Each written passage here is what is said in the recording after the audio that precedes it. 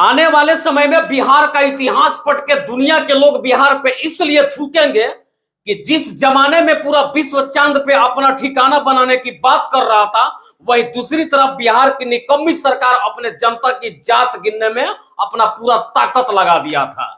जिस समय में पूरे विश्व के शिक्षक अपने बच्चों को पढ़ा करके लड़ाकू विमान या कई तरह के एप्लीकेशन बनाने की तैयारी करवा रहे थे, वही दूसरी तरफ निकम्मी सरकार के बदहाल शिक्षक घर घर और दरवाजे दरवाजे तक जा करके लोगों के जात गिनने में अपना समय बर्बाद कर रहे थे। आने वाले समय में लोग बिहार के नाम पे इसलिए हंसेंगे कि जिस जमाने में पूरे विश्व के युवा वर्ग के लोग एक नया कीर्तिमान स्थापित करने में अपना समय बिता रहे थे, वही दूसरी तरफ बिहार के बेरोजगार युवा सोशल मीडिया के हर साइट्स पे अपने जाति का कोड बताने में अपना समय बर्बाद कर रहे थे। कुल मिलाकर के ये कहे कि जिन लोगों ने बिहार पे 34 वर्षों से राज किया है, उसने बिहार के लिए कुछ नहीं किया है। मतलब अगर कुछ किया है तो केवल बिहार के युवाओं का भविष्य बर्बाद किया है। यह बात मैं इसलिए कह रहा था कि पिछले 2 दिन पहले से जब से सरकार ने सब जाति का कोड सार्वजनिक किया है, तब से सोशल मीडिया के हर साइट्स पे सारे युवा वर्ग के लोग अपने रोजगार की बात छोड़ करके और अपने जाति का कोड बताने में लगे हैं। अरे शर्म करिए बिहार के मुख्यमंत्री जी, और शर्म करे बिहार के सरकार और तमाम मंत्री कि जिस जमाने में लोग चांद पे जाने की बात कर रहे हैं, उस जमाने में आप जाति गिन रहे हैं। आपको यह लगता है कि जात गिनवा लेंगे तो बिहार के सारे समस्याओं का समाधान हो जाएगा। और यह कहावत भी कहा जाता है कि जिस राज्य को बर्बाद करना हो, जिस देश को बर्बाद करना हो, वहां की जनता को जाति और पार्टी के नाम पे लड़वा दीजिए, उसका विनाश ऑटोमेटिक हो जाएगा। वर्तमान समय में बिहार में यही तो हो रहा है। ये बात सुन के कुछ लोग कमेंट में आके धड़ाधड़ गाली देना शुरू करेंगे, तो जो लोग कमेंट में गाली देंगे उनसे मैं 2-3 सवाल पूछना चाहता हूं।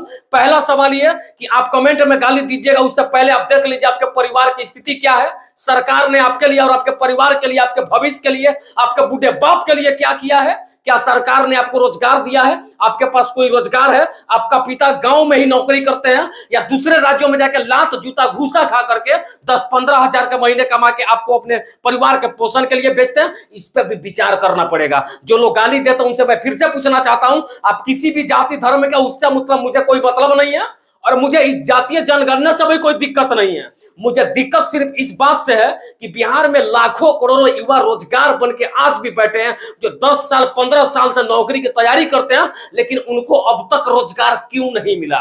अब कुछ लोग कहेंगे कि उन लोगों में एबिलिटी नहीं होगी। अरे एबिलिटी को तो बात छोड़िए, सरकार में वो काबिलियत नहीं है कि रोजगार का बात करे। अगर रोजगार पे बात करेगी, युवाओं को रोजगार देगी, बिहार के बदहाल व्यवस्था को खुशहाल करेगी, तो चुनाव का मुद्दा क्या बच जाएगा, यह भी सोचने वाली बात है। और सबसे बड़ी बात तो यह है कि कुछ लोग ऐसे ही हैं जो लगातार अपने जाति का कोड बता रहे हैं। उन लोगों से मैं पूछना चाहता हूं एक और बात, एक और सवाल का जवाब आप हमको बता दीजिए कि क्या आपको अपना पूरा अधिकार मिला है?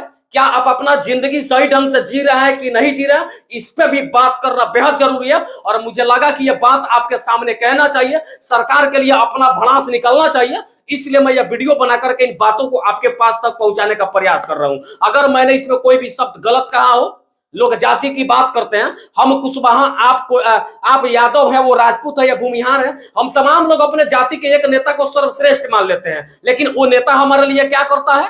कुछ नहीं करता है। एक बार फिर से कह देना चाहता हूं कि किसी भी जाति का नेता अपने जाति के लोगों के लिए कुछ नहीं करता। अगर ऐसा कुछ करने वाला होता तो किसी भी समाज का जो बड़ा नेता वो खुद फॉर्च्यूनर पे बैठ के घूमता है, आगे पीछे पुलिस की 4 गाड़ियां होती है, लेकिन गांव के गरीबों की स्थिति क्या होती है वो उससे देखना ही नहीं है। और आने वाले समय में जब अलग अलग राज्यों के लड़के जो हैं बिहार के लड़कों के साथ किसी एग्जामिनेशन में बैठेंगे, किसी प्रकार के इंटरव्यू में बैठेंगे, तब वहां पे इन्हीं बिहारी लोगों के लिए माथा ठोकने के अलावा कोई दूसरा उपाय नहीं बचेगा और शर्म से सर झुकेगा। सबसे बड़ी बात है कि जब से बहुत पहले से देखा जा रहा है कि हर बिहार बोर्ड के बहुत सारे विषयों को बदल दिया गया। उन विषयों में इकोनॉमिक्स का मैं बात करूं तो बहुत पहले भी यह लिखा जाता था कि बीमारू राज्य। ये बात सुन के शर्म आना चाहिए इस राज्य के सरकार को, इस निकम्मी सरकार को, इस चोर सरकार को, जो केवल जाति और पार्टी की राजनीति करते लेकिन विकास पे कोई बात नहीं करती है। इकोनॉमिक्स में लिखा हुआ बीमारू, यानी कि कुल मिलाकर बीमारू राज्य की श्रेणी में बिहार सबसे पहले नंबर पे आता है। तो बीमारू राज्य 34-35 सालों से, जब से बिहार का गठन हुआ तब से आज तक यह राज्य बीमारू कैसे हो गया?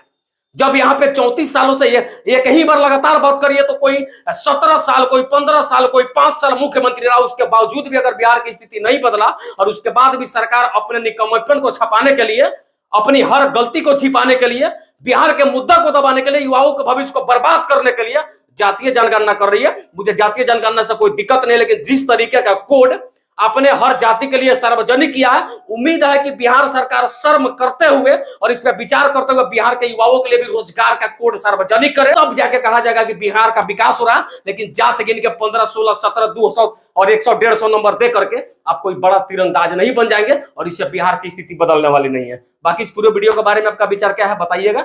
जय हिंद, जय बिहार।